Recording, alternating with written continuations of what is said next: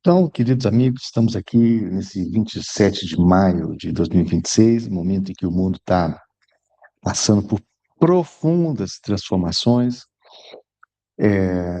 como poucas vezes na história a gente vê.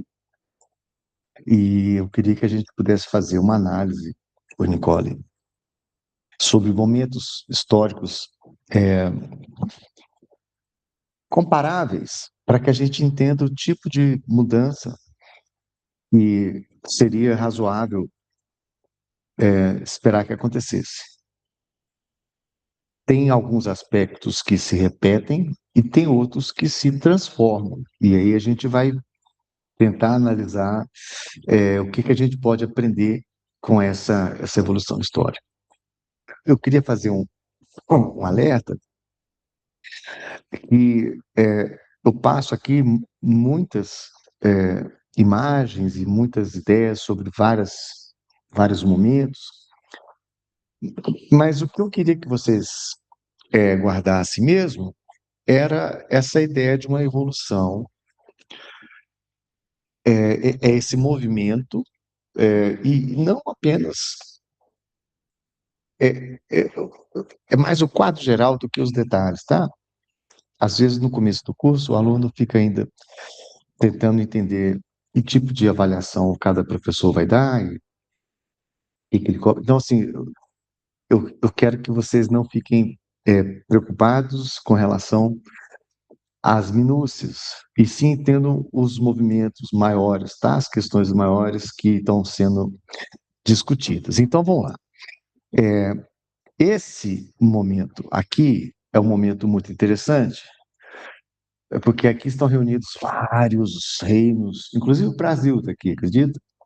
Porque nesse momento o Brasil é Reino Unido a Portugal e ele participa desse importante encontro diplomático em que tenta se resolver o que fazer com a Europa pós-Napoleão, né? E vocês sabem muito bem como é que eu acho que essa imagem aqui, vocês devem ter visto isso no ensino médio, né? Como é que a nobreza e, a, e o clero acabavam abusando do chamado terceiro estado, né? E isso acabou levando a um desequilíbrio tão grande que o povo se revoltou na França, né? Os reis foram derrubados e, eventualmente, por uma série de motivos, ascendeu ao poder o Napoleão Bonaparte, que era um militar que, no contexto da política instável, né, no contexto dos vários ciclos da política na Revolução Francesa, ele acaba conseguindo não só se projetar no poder, se manter no poder e projetar para fora das fronteiras tradicionais da França uma autoridade, ou direta ou indireta, né? Ou diretamente controlando ou tendo estados vassalos, né, que na prática eram como se fossem seu comando.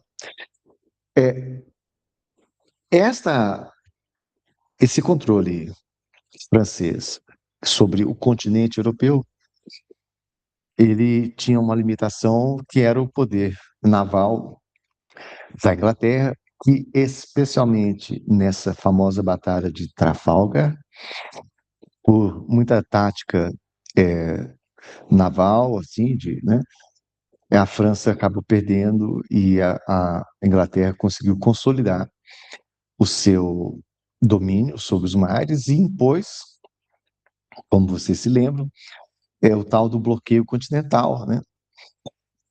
Tentando enfraquecer a França. E Portugal foi um país que tentou, ou que não teve muita alternativa a não ser se continuar vinculado comercialmente à Inglaterra, e por causa disso Portugal foi invadido, e por causa disso a família real portuguesa teve que, com a ajuda da Inglaterra, se realocar, né, num lugar seguro, a um oceano de distância, né, num outro hemisfério, num outro continente.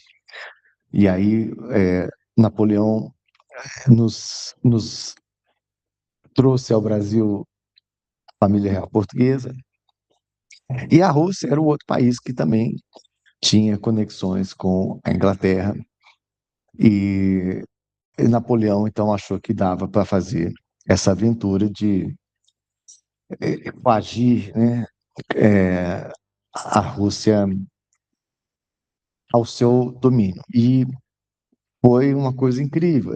Esse momento da história, para mim, é um dos mais sensacionais, porque Napoleão junta da França e dos estados vassalos, se não me engano, 600 mil soldados. É muita gente. E eles fazem uma campanha na Rússia, que é uma campanha incrivelmente, assim, difícil. É, a famosa política da terra arrasada, né? Campanha de terra destruindo tudo. E eles chegam a conquistar Moscou, que é uma coisa, assim, é, fabulosa. Só que a capital já havia sido transferida para São Petersburgo, a família real já estava lá, eles evacuaram Moscou tudo que podia. E Moscou, Napoleão, nesse contexto, ele é o famoso ganhou, mas não levou. Todo mundo pensa que se você toma a capital do país, você ganhou. Mas aqui não. Aqui Napoleão é, tomou a cidade e aí os próprios russos tacaram fogo na cidade para que ele não se beneficiasse, ele não pudesse ficar lá. E acabou que ele teve que ir embora. E nesse retorno, aí sim, a Rússia veio acabando com Napoleão e suas tropas, até chegar em Paris. Um pouco depois, Napoleão consegue voltar ao poder e tenta uma segunda é, ressurgimento do imperialismo napoleônico, que acaba tendo seu fim na famosa Batalha de Waterloo, em que a França teve que enfrentar os ingleses e os prussos, né? Seriam depois a Alemanha. Aí eu queria que vocês vissem aqui, ó, quantas coalizões foram feitas para enfrentar essa grande potência. Novamente, aquela ideia do equilíbrio. Eu faço assim, eu fico lembrando do Six Seven, né? Eu não sei direito o que que é, não, mas alguém me ensina depois. O, o, quando você tem uma grande potência emergente tentando dominar os outros, essa potência ela induz a coalizão dos menores para que juntos eles possam ser capazes de ou segurar a sua defesa ou projetar a sua força sobre a grande potência. Então, aqui foram necessárias 7 coalizões. E é só ao final disso que, finalmente, Napoleão foi derrotado, e aí vai ter um momento de restabelecer a organização da sociedade internacional em uma nova base. Com Napoleão derrotado, o Congresso de Viena, 1915, vai iniciar um novo movimento. Veja, isso aqui é muito revolucionário. Você ter tantos estados representados em um mesmo lugar, em um mesmo momento, discutindo a mesma coisa, esse tipo de multilateralismo era inédito até então. Isso aqui só pôde acontecer porque foi necessário multilateralismo para derrotar a França Imperial Napoleônica. Aqui estão representados tantos países, tantos condados, ducados, tantas potências internacionais, e foi necessário uma evolução dos processos diplomáticos e a formalização desse objetivo do equilíbrio. Ou seja, para evitar que tivesse um país como a França, que fosse invadindo os outros, todos muito menores, eles queriam tentar manter um sistema internacional baseado no equilíbrio, porque assim se seria mais fácil a manutenção da paz. Então, pensa nisso: multilateralismo, equilíbrio e paz, tá? E vejam só como é que as coisas vão mudando no que se refere ao desenho do mapa europeu. Antes de Napoleão, havia mais ou menos 300. Veja, essa palavra Estado aqui é uma palavra genérica, não é no sentido moderno de Estado. 300, vamos falar assim, unidades políticas. E depois das guerras napoleônicas e do Congresso de Viena, sobraram umas 30. De 300 para 30, vocês percebem? É muito grande. E a ideia básica era garantir um tipo de conserto, um tipo de arranjo, um tipo de mecanismo de cooperação que assegurasse o equilíbrio. Esse aqui é um dos caras mais hábeis que eu já vi na diplomacia, porque ele é tipo o ministro das Relações Exteriores, embaixador antes do Napoleão, durante o Napoleão e depois do Napoleão, né? Então, assim, e ele conseguiu uma coisa incrível, que foi a ideia de restabelecer as fronteiras originais. Acabou sendo muito bom para a França, porque a lógica aqui era que todo mundo ia repartir a França em vários pedaços, e cada um pegar um para si, mas ele consegue convencer que o princípio norteador da negociação deveria ser o restabelecimento das fronteiras antes de Napoleão.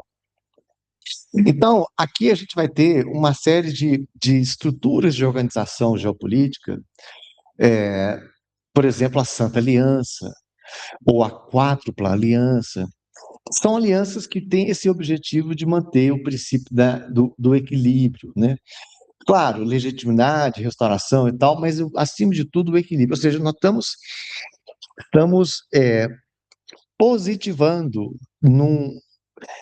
inscrevendo, esculpindo nos pilares de uma nova sociedade internacional um princípio, que é um princípio de divisão de poder. E esse princípio faz mais sentido se a gente entender que era uma convenção multilateral e exigia um tipo de acordo num instrumento único que não fosse que fosse capaz de englobar todo mundo, né? Isso muda a perspectiva de uma gestão de relações internacionais que era essencialmente bilateral, cada um cuidando dos seus problemas, e passa a ser uma temática discutida com todo mundo junto, na mesma mesa, e os mapinhas, né, sendo usados de base para decidir quem fica com o quê. Aí eu queria chamar a atenção, meus queridos Ana Flávia, Bernardo, Camila, Eduardo, Júlia, Ingrid, Isadora, João Vitor, Júlia, Letícia, Marcos, Nicole, Raíssa. Eu acho que foi a Raíssa que escreveu dizendo que não tinha conseguido postar o comentário. Tá certo, Raíssa? Foi você? Eu vou ver lá o que aconteceu, tá? Para vocês poderem botar depois. E não esqueça de botar alguns, tá? É, eu queria que vocês. Você também não, né, Bernardo? Eu devo ter que fazer alguma autorização, alguma coisa que eu não me toquei. O pessoal, eu não sou muito é, é, familiarizado com certas coisas de internet. Vocês me desculpem, sabe? O tiozão velho aqui, eu faço. A gente fazemos o que podemos, mas nem sempre. Ah, entendi. Entendi. Entendi. O que que eu posso fazer então, hein? Eu vou tentar. Se você souber, você pode me ensinar, viu, Bernardo? Tanto diretamente ou por mensagem. Eu aceito dizem que o jovem é aquele que ainda tem predisposição para aprender. Então, cabelos são brancos, mas eu ainda tenho, viu? Se você me ensinar, eu faço isso e senão a gente dá um outro jeito, tá? Não se preocupa, não. Entendi, entendi. Ah, tá. É, quem sabe? Pode ser também, pode ser. Vejam, eu sei que pode parecer meio mesquinho, mas olha como que houve um troca-troca territorial. É como parte do resultado da guerra. Ah, tá bom, Marcos. Ô, Marcos, você estava conseguindo. Você recebeu o convite para essa aula? Você estava na lista de e-mails que convidou? Se você quiser falar, também pode falar que eu te escuto. Você recebeu o meu convite ou você ficou sabendo para alguém? Uai, é mesmo? Isso aconteceu com outras pessoas? Eu mandei o link errado? Eu mandei por e-mail e por.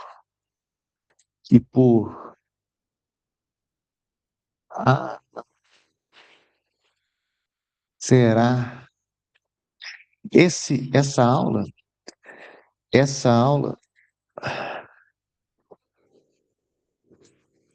é, é porque eu. Bom, eu vou. Tomara que todo mundo tenha chegado aqui. Não sei mais o que fazer. Gente, o professor fica apanhando das coisas mais básicas, né? Como é que pode? Então, olha só, a Rússia, ela pega um pedaço da Polônia, né, do que vencer a Polônia depois, um pedaço da Finlândia. A Prússia pega um pedaço ali onde é o norte, que hoje vai ser a Alemanha, né? Essa tal de Confederação Germânica, ela vai acabar enxugando um pouco alguns estados absorvendo outros e Holanda, Bélgica, Luxemburgo se unem, Suécia ganhou a Noruega, olha como é que, né? E, e Suíça teve, enfim, essas questões territoriais, elas são muito importantes. A Áustria ganha um pedaço de Veneza, os Habsburgo pegam um pedaço da Itália, os estados papais recuperam território, e olha que legal, né? A Inglaterra, que não está disputando território na Europa, mas que várias, consegue autorização, legitimação europeia para ter territórios importantes no seu projeto imperial colonial, né? Então, na África, na América Central, na Ásia, né? vários, vários territórios. Veja, duvido que na África do Sul eles estavam aceitando isso, no Ceilão, né? Mas os europeus entre si, né? Piemont, Nice, Savoy, Gênova. Olha, isso aqui uma vez caiu numa prova do Instituto Rio Branco, todo mundo errou, porque achava que não tinha nada a ver uma coisa com a outra, mas aqui tá. Tá. E a navegação nos rios internacionais, como o Rio Reno. Quer dizer, isso aqui, pessoal, é, vai resultar na criação da primeira organização internacional. Tá? Então,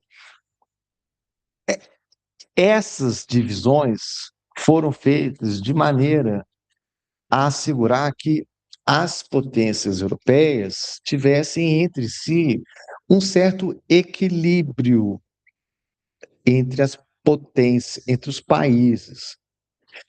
países mais poderosos, as grandes potências. Ah, repito, a palavra balança, ela é muito mal utilizada, mas ela é a palavra que, errada ou certa, acaba prevalecendo. Balança, o equilíbrio entre as potências, então, divide território, as populações, né, em certos polos de poder e nesse projeto, acabam misturando etnias, nacionalidades, idiomas, que às vezes não fazem muito sentido. Nesse contexto, desse tipo de pragmatismo geopolítico, muito baseado no território, na terra, né, no imóvel ali, foi sendo desenvolvido um conceito que eu queria que vocês guardassem, Realpolitik com K, é uma palavra alemã, tá? Esse Realpolitik é, é, é o padrão de política internacional que passa a ser desenvolvido e que tem dois casos que nos ajudam a entender muito bem como é que isso se deu. É o caso da unificação da Itália e da Alemanha. Eu queria que vocês vissem que o que hoje é a Alemanha e o que hoje é a Itália, no passado muito próximo, era, na verdade, uma série de estados menores. Era pulverizado, né? Olha, por exemplo, como era a Itália, né? Sardinia, Lombardia, Venécia, Tuscânia, Roma, Sicília, e como é que era a Alemanha também, do mesmo jeito. Aí eu tenho que tentar ser rápido, porque nosso tempo exige. Esse bigodudo aqui é o Napoleão III, imperador da França, sobrinho do Napoleão Bonaparte, e ele tinha ambições assim meio faraônicas, né? Fez algumas coisas muito importantes, mas ele tinha a ideia de projetar o poder da França novamente. Ele tentou criar pretextos para isso e uma das coisas que parecia com o que ele queria fazer era projetar a sua influência sobre a região que hoje é a Itália. E esse aqui é o Cavour. Ele tem uma estratégia que é basicamente o seguinte. Peraí. É basicamente o seguinte: está aqui o Piemont, que é a região do Cavour, né, que era o primeiro-ministro, e o rei também estava nesse projeto. Era o reino mais organizado dentre esses italianos. E aí a ideia é o seguinte: o Império Austro-Húngaro ele tinha muita influência aqui nessa região, e o Império Austro-Húngaro e a França tinham suas rivalidades, então era o interesse da França enfraquecer a presença do Império Austro-Húngaro no norte, né, da Itália. E era interesse do Piemont ter o apoio da França para conseguir tomar esses territórios do domínio austríaco. Então, eles fazem uma provocação. Piemont ataca uma cidade sabendo que vai ser punido pelo Império Austro-Húngaro, e aí, para salvar, para defender o Piemont, a França entra na guerra. E é uma guerra terrível, que tem a famosa Batalha de Solferno, que é uma batalha das mais desgraçadas e sanguinolenta que teve na história. E aqui começa um processo de unificação da Itália, né, pelo norte. Ao mesmo tempo, paralelamente, vai ter um processo que vem pelo sul, com o Garibaldi, né, o herói de dois mundos, aquele que também ajudou o Brasil no contexto das nossos movimentos republicanos, né, especialmente no sul do país. Então, você tem um momento em que a Itália era muito dominada, direto ou indiretamente, pelo Império Austro-Húngaro. Aí, com as primeiras guerras, o Piemont, né, a Sardinha Piemont, vai avançando um pouco, né? Aí depois tem a conquista do Sul pelo Garibaldi, e ficam faltando os estados papais, né, a região ao redor de Roma, e esse pedação aqui que é Veneza, Lato Senso, né? Então, militarmente e diplomaticamente, você tem um processo que envolve provocar intrigas para fazer uma guerra para ampliar território. Então, assim, poder militar para conquistar território. Essa é uma lógica do Realpolitik, mas ninguém fez isso melhor do que o Otto von Bismarck, tá? Esse cara tem uma história que é muito interessante, mas não dá tempo de contar tudo que ele aprontou. Mas vejam, havia uma região chamada Prússia, e através de uma série de casamentos e uma série de alianças, Prússia e Brandemburgo acabaram se juntando, e aí teve uma série de conflitos que foram ampliando esse domínio entre os vários unidades políticas alemãs. A gente tinha esta mais organizada, que era a Prússia, né? A Prússia vai vir a ser a essência do que a gente vai chamar de Alemanha depois, né? Agora, esse aqui, ó, Königsberg, hoje é da Rússia.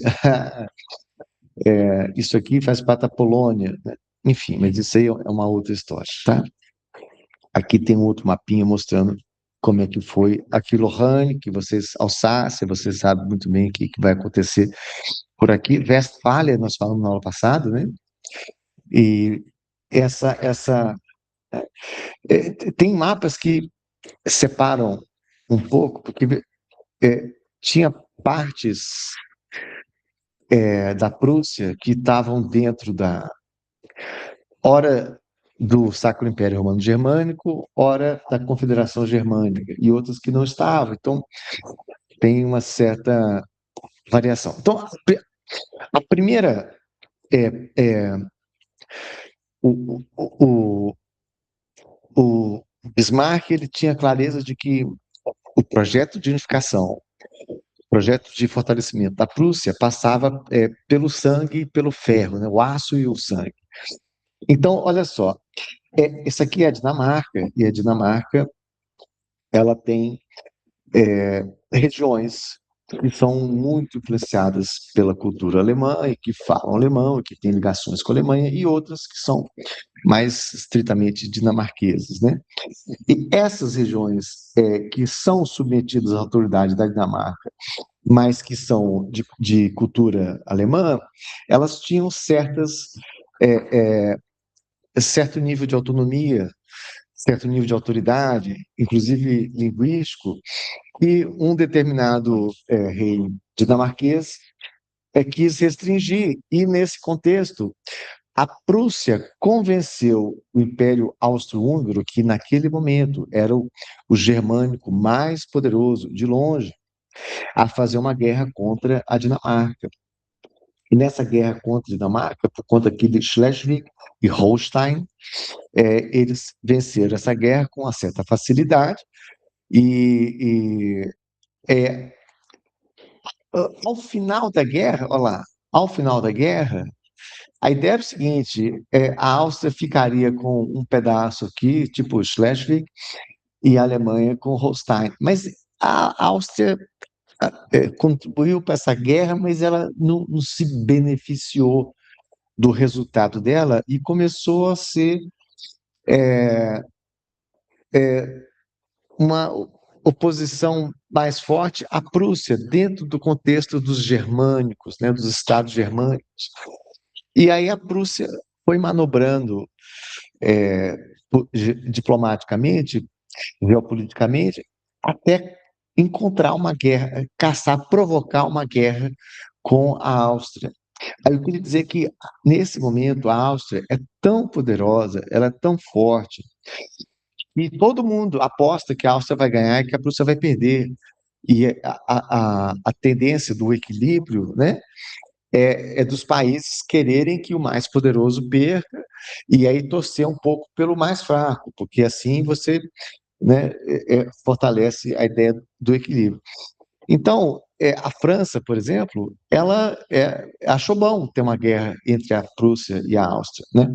A Rússia também achou bom que isso acontecesse. Então, eles foram deixando, E no caso da França, o Napoleão III, ele estava achando assim, eu vou vender a minha neutralidade bem cara. Aí ele falou assim, olha, se vocês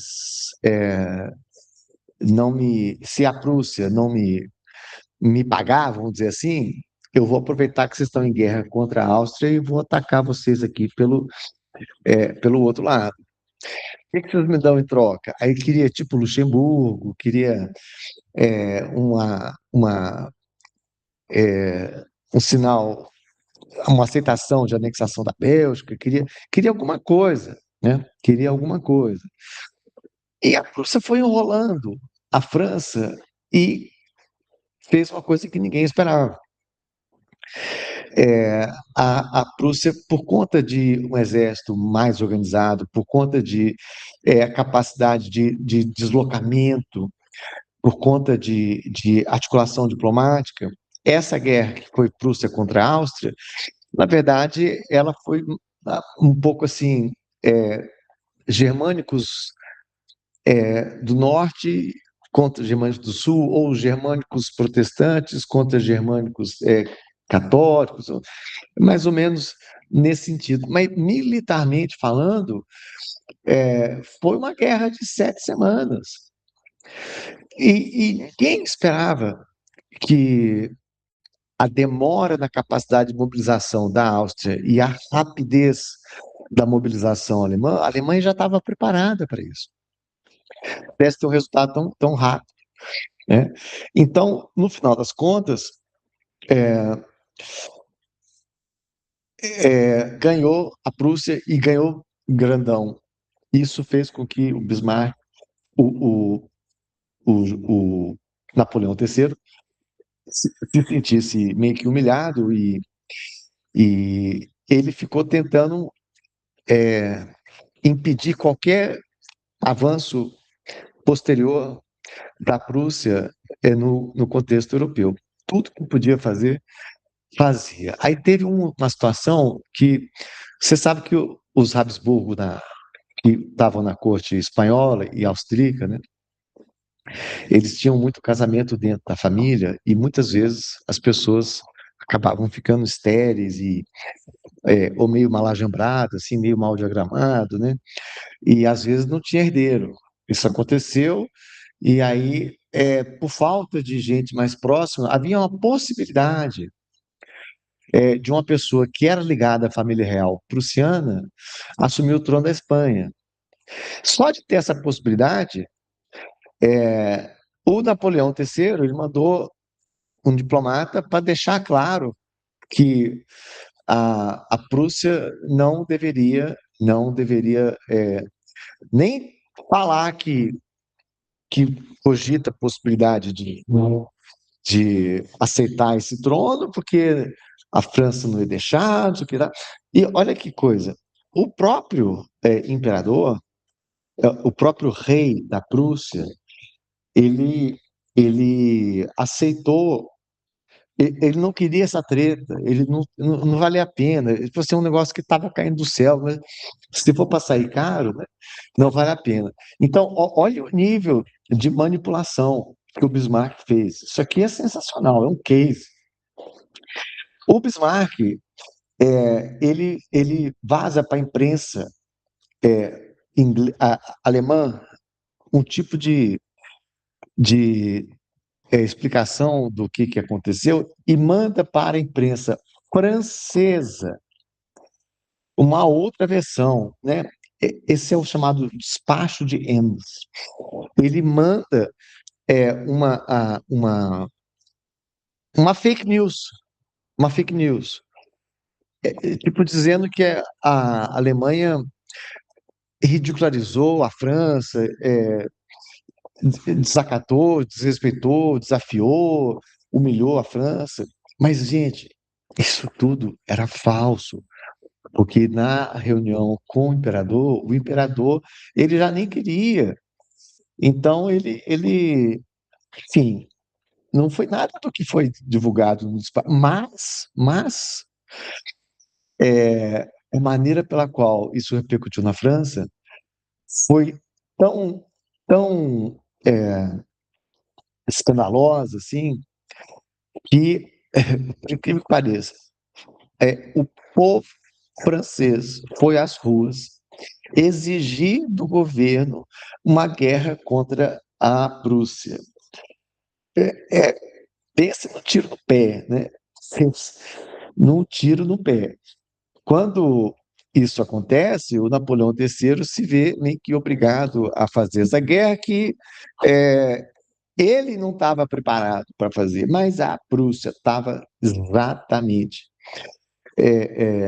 no ponto para dar esse bote e a Prússia tinha costurado com os outros povos germânicos, agora sem a influência da Áustria, né, porque a Áustria já tinha sido derrotada, eles conseguiram fazer uma aliança defensiva, em que se a França atacasse algum país ali, aí essa confederação germânica se uniria em defesa. Então, quando Napoleão III declara guerra contra a Prússia, ele entrega para a Prússia meio que meio fácil, né? Saiu meio de graça tudo que ele queria. Com isso, ele unifica todo mundo e mais, dá uma taca na França. Ô, gente, a França comprava cavalo da Prússia. Quer dizer, eles não estavam preparados. Então, quando eles foram para essa guerra, a Prússia, mais uma vez, surpreendeu todo mundo. E chegou num ponto em que teve uma batalha que eles capturaram 100 mil soldados. Ô, gente, 100 mil soldados hoje já é muita gente. 100 mil soldados naquela época era gente demais.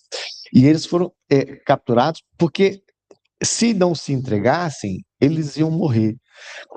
E à frente dos 100 mil soldados estava o Napoleão III. Quer dizer, eles capturaram até mesmo o imperador na batalha. Então, assim, fatality, né, como dizem o pessoal do. Como é que chama? Mortal Kombat. Então, o famoso Arco do Triunfo, que o Napoleão tinha encomendado, né, para celebrar as grandes conquistas dele, foi inaugurado por uma marcha de soldados alemães, né? E no Palácio de Versalhes, né, que é a sede do rei da França, né, o palácio, lá foi feito uma coroação do rei da Prússia enquanto imperador do Império Germânico, ou seja, deixou de ser Prússia, passou a ser, né, o império com várias nações germânicas sobre a liderança desse agora imperador. Mas percebam, eu acho que quem encomendou a pintura, na verdade, foi o Bismarck, porque a gente olha para o quadro e ainda que o imperador está aqui, eu acho que quem, eu não sei se é porque eu já estou olhando para ele, mas o bigodudo aqui é que comandou esse feito, né? Então, é, olha que coisa engraçada. Eu falei para vocês que a Itália, a unificação italiana, faltava dois pedaços. Um pedaço que estava sob o controle da Áustria e outro pedaço que era protegido pela França, né? Roma protegido pela França, papado, e esse Veneza protegido pela Áustria. Quando a Alemanha fez guerra contra a Áustria, eu esqueci de falar disso antes, foi combinado com a Itália de que a Itália ia simultaneamente atacar a região, né, de interesse dela, ao mesmo tempo que a Prússia atacava lá para o norte. Então, a Áustria perdeu nas duas frentes, né, porque exatamente foi atacada e não teve como se defender desses dois. E quando a Prússia ataca a França, a Itália aproveita e unifica o que faltava da região de Roma, né? Roma, os chamados estados papais, né? E aí eles formam uma outra, vamos dizer assim, network de governança internacional, que é a chamada Liga dos Três Imperadores. A Liga dos Três Imperadores era para juntar a Rússia, a Áustria e a Alemanha, para fazer que entre essas potências não tivesse treta entre elas. E quem comandava isso tudo, no fundo, Bismarck. Então, vejam, eles botam os reis nessa cadeira que eles nem encostam no chão, e o Bismarck grandão lá em cima, mostra que, no fundo, quem manda mesmo, né, era o Bismarck. E o Bismarck, nesse contexto, ele fez é, um tipo de um tratado que garantia que a Alemanha e a Rússia não iriam se enfrentar, né? É, é, que eles iam ter um tratado que tipo dava é, reassegurava, existe isso, reassegurava é, é, a, a, a intenção de não fazer guerra entre eles, né? Era um tratado secreto que foi muito bem sucedido. E nesse contexto, aí o Bismarck ainda tem a, a sagacidade de fazer com que veja, está perfeito para a Alemanha agora, perfeito, não quer mais nada, quer estabilidade. Aí falou assim, então vamos, em vez da gente disputar, por exemplo, territórios na África, na Ásia, vamos tentar nós tudo aqui junto, e mesmo que não tenha um africano no meio, vamos discutir entre nós, europeus, como é que nós, europeus, vamos dividir a África como se fosse um bolo, como se fosse uma pizza. E aí o Bismarck até fala: olha, o seu mapa da África é isso aqui, o meu mapa da África é assim: a França está aqui, a Rússia está aqui. Ou seja, ele queria dividir a África de uma maneira que fosse bom para a geopolítica europeia. Isso aqui afetou o mundo todo, né? Permitiu um nível de imperialismo na medida em que os europeus pararam de brigar entre si e foram disputar outros territórios, né, no resto do planeta. E o apogeu, assim, o ápice mais absurdo, absurdo. Ô, gente, se vocês quiserem passar raiva, quiser sentir motivo para ter raiva de alguém, leiam sobre as guerras do ópio, ou vejam um vídeo sobre a guerra do ópio, né? Não foi mais do que uma. Aqui você tem a Rússia, os Estados Unidos, a Alemanha, a Inglaterra, a Itália, a Áustria e o Japão. E a França subjugando o gigante, que é a China. E pelas razões mais escrotas que podem existir, né, associadas à forçação de barra para que pudesse manter o comércio de ópio, que a China proibia, mas a, fazia parte da balança comercial inglesa, é, tinha que vender para poder, né, pagar outras coisas. Então, o maior império de tráfico de droga do mundo foi a Inglaterra. Ela fez disso uma política industrial. Está aqui a rainha da Inglaterra, está aqui a Alemanha, quem que é esse? Rússia, Japão, França, dividindo a China como se fosse uma pizza, e a China desesperada, porque, né? Então, veja, o direito internacional aqui vai ser um instrumento entre os europeus, brothers, contra os outros que vão ser tratados como se fosse objeto a ser dividido e não como sujeito, né? Então, o Bismarck ele vai consagrar esse jeito de fazer política internacional. Vejam, aqui você tem um aperto de mãos que significa um acordo. Esse acordo está sendo transcrito para o papel, porque vai se tornar um tratado, vai se tornar direito internacional. Aqui você vê pelo visual, você tem inglês, você tem francês, você tem austríaco, você tem turco, né? Você tem representantes aí de vários polos diferentes e todo mundo na mesma mesa, todo mundo faz a mesma coisa. paralelamente, essa ideia de projeção do poder vai ser feita também no contexto do continente americano, onde os Estados Unidos vai ter uma superioridade em relação aos seus vizinhos, em que ele vai fazer a famosa diplomacia do Big Stick, né? Big Stick é, é um porrete grande, né? Vamos dizer assim. É um ditado, né? Você fala manso, mas carrega uma arma poderosa, né? Em que, é, a partir da doutrina Monroe,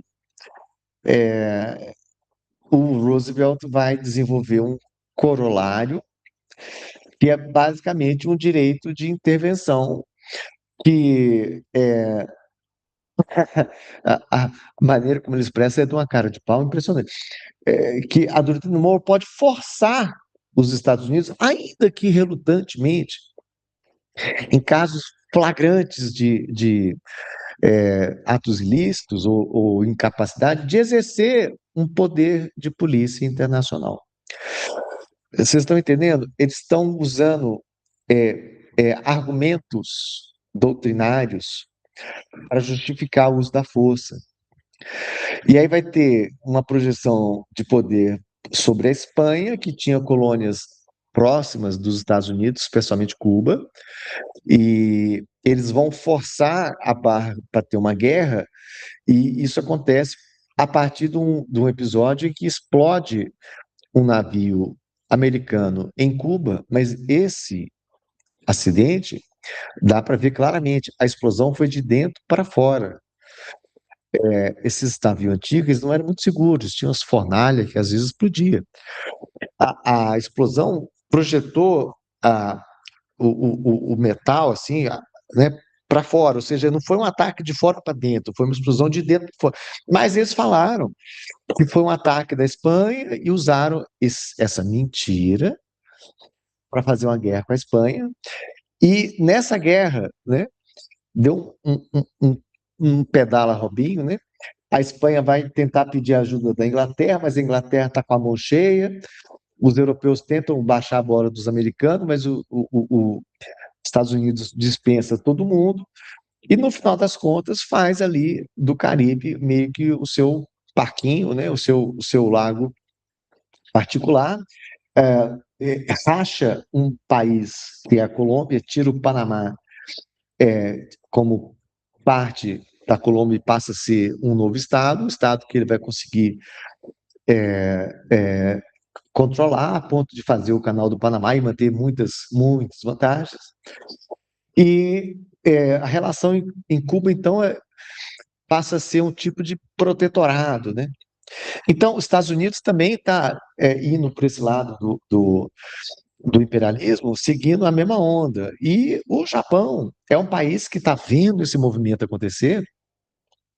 E o Japão, ele teve uma experiência muito, muito complicada. O Japão era um país que era fechado para o comércio externo. Eles achavam que os outros era tudo um bando de primitivo, que povo que não toma banho, que não tem cultura, bárbaro e tal. Aí um dia, um navio de guerra americano com o Comodoro, me fugiu o nome dele. Eles chegam com um navio de guerra numa cidade japonesa e falam assim: ou vocês abrem para nós o comércio, ou nós vamos destruir a cidade. Simples assim. Aí o Japão percebeu que ou ele entrava nesse jogo do poder militar agressivo, ou ele ia ser o próximo a ser engolido, porque ele viu o que aconteceu com a China. Ele viu o que aconteceu com as ex-colônias da Espanha, por exemplo, as Filipinas, ele viu o que aconteceu com a Indonésia, ele viu. Então, ele vai ter uma política agressiva, expansionista, imperialista, e ele faz isso de uma maneira muito pesada, ocupando regiões da China e provocando conflitos com a Rússia.